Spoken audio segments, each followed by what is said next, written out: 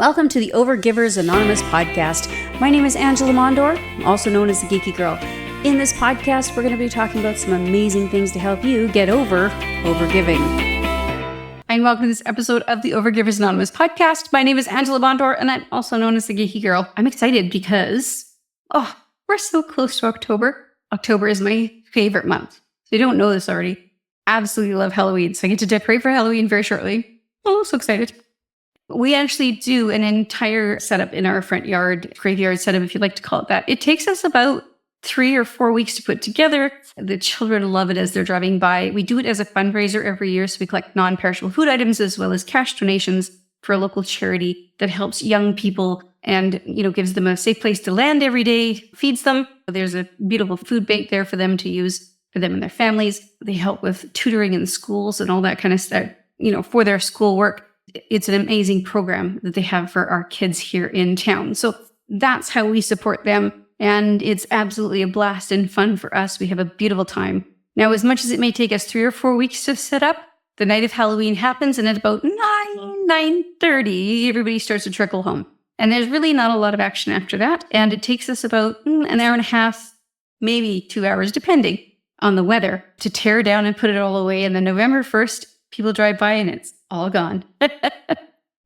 So for me, October is full of fun and excitement, and it's an absolute beautiful time. Of course, fall happens. We've had a bit already, of course, through September, but it is a time of transition a lot of times in businesses as well. Beginning of Q4, of course. And when we think about the things that happen inside businesses, this can be a very lucrative time for your business with the right planning and making sure that you're set up and ready to go for next year as well. So this is a very fluctuating time in business in terms of the things that happen. Like I said, it can be very lucrative, which means we're busy, but it's also an important time to take away to put some planning together so that you can actually cultivate a bountiful business. Your ability to make it through this quarter in the best way possible, setting aside time as well to plan for next year, really, really important.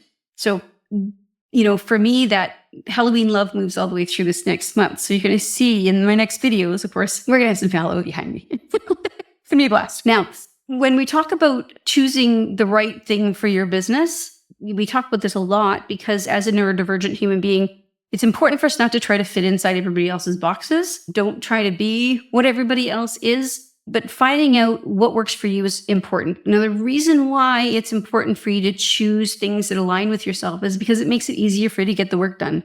When we are passionate about what we do, you can't stop us, but when we're bored, you can't start us. So it's important for you to be able to align those things to yourself.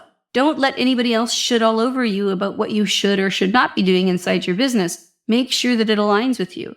So when you are putting these thoughts together and you're deciding what you're going to do for this next quarter and what you're ultimately going to be doing in next year, definitely want to make sure that the things that you are putting on that plan are things that you actually want to accomplish or things that you have the ability to outsource. Okay, some key points here. So I know for myself, making sure that I'm working on things that I'm passionate about, working on things that I feel awesome about, it becomes, I'm not working. I'm having a good time. I'm doing the things that make me feel good.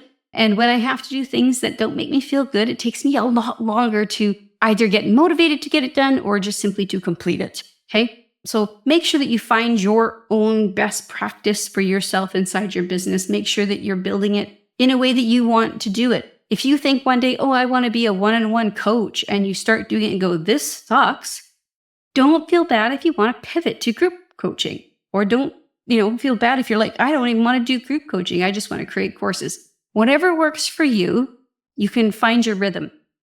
I've owned this business since 2009, and it has gone through many iterations. I am not doing anything near what I was doing back in 2009, not just because tech has changed, but the business has evolved as I've listened to my clients, as I've listened to me, and as I've learned what I am best suited to help other people do inside their businesses. That is what led me down this path. So don't feel like you can't change, because you totally can. It's like, when you were a kid and you were like, I want to be a pirate for Halloween, and then you ended up being a witch. Okay, you can make a change. Definitely want to make sure that you're spending that time to think about yourself and be able to put this together, because through this fall season, you could have yourself a beautiful business where you are very busy, make sure that it's the kind of busy you like. Make sure you're getting the kinds of things that you're looking for. And so when you're focused on building these things, put together that concept. What do I want this next quarter to be? Where do I want to go with it? Planning is essential, because if you're not planning to do something, somebody else is planning to do something with you, because they'll drag you by the nose somewhere else. Somebody's going to shit on you and say, oh, you should be doing this. And you'll just say, oh, okay, that's easy, because you don't have to make a decision. Trust me when I tell you that making the decision is way easier than being led around by the nose. It could destroy your business. I don't say that lightly. There was a year when things really didn't work out well for me, and it was because I didn't make those choices for myself. I allowed somebody else to tell me how I should run my business. So take my mistakes and use them for your benefit. Don't do that to yourself, right? So when you're looking at what you want to accomplish, think about the end in mind. What is it that you're trying to accomplish by the end of 2024? What is this quarter going to look like? What are the things? Where do you have time to work? Where don't you have time to work? What's going to stop you from getting work done when you need to be getting things done? All those kinds of things. What does that time frame look like? Then put together your concepts now. We did do SMART goals a few weeks ago. And then last week, we did an entire episode on how to break out your tasks and figure out what you could do, what you can delegate. Those are some great episodes to go back and listen to as you're planning your next quarter. And of course, looking into 2025. You might think it's too early to look at 2025, but I can guarantee it's not. I started looking into 2025 and planning that in August, okay? Depending on your business model. When is the right time? Sooner rather than later. Don't leave it until New Year's Eve when you're making your New Year's resolutions, because I used to do that and it cost me a lot of money. Don't want you to be in that boat, okay? So find some time to go through and do those things for yourself. Of course, we will have the yearly planning party coming up. If you're wanting to join us and do stuff like that with the Rockstar Success Circle, we got your back on that. We had a lot of fun doing that throughout the year. But you want to be able to infuse your business with some joy, to be able to find the things that you love about your business, to spend more time doing what you're good at, which is your circle of brilliance, and really be able to hone that so that you're spending more time there than the tasks that you don't like. You will find that you will make more money. You'll be able to take that money and then apply it and get help. You can outsource. So that's the concept. In the very beginning, we have lots of time, or maybe don't have lots of time, but all we have is time because we don't have the money to invest. But then as the business grows and you start to see profit in the business, now you can use that money to invest in having somebody and outsourcing work to them so that you have more time to spend on other things that you'd rather do. And then of course, that's what builds your profit in the business. So if you're stuck still and you're not in profit, spend time focusing on profit. How do I get to profit? And then now you can spend once you get to profit, now you can say, okay, what are the things I need to delegate?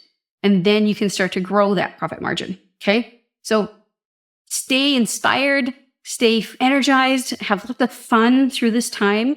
It's going to be busy, but it's going to be a blast. Of course, we have Halloween, Thanksgiving, Christmas. There's a bunch of holidays, Kwanzaa, there's Hanukkah. There's so much going on coming up in the next couple of months here. And sometimes it's going to be, here's the chunk of time I need to spend with family versus how much time I'm going to spend with working on my business. So make sure you account for those things. Make sure you account for the amount of time you're able to put towards the projects that you're going to take on right now. Don't put too much on your plate. Just put enough on there so that you can grow your profit margin. Outsource the things you need to so that you can grow your profit margin even more in 2025. I hope you have a fantastic week. I hope you take a few minutes, definitely at least a few minutes, to put a plan together for yourself for Q4. But then also in Q4, take some time to plan out for 2025 so you're not left behind when it begins. Have a great week. I'll talk to you next week. Thank you so much for listening to the Overgivers Anonymous podcast. Your support means the world to me. You can find show notes for this episode and other goodies at overgiversanonymous.ca. And if you enjoyed this episode or you enjoyed the podcast in general, why not join us in the Overgivers Anonymous Facebook group, where you can connect with overgivers from all over the world. Head on over to geekygirl.ca/group.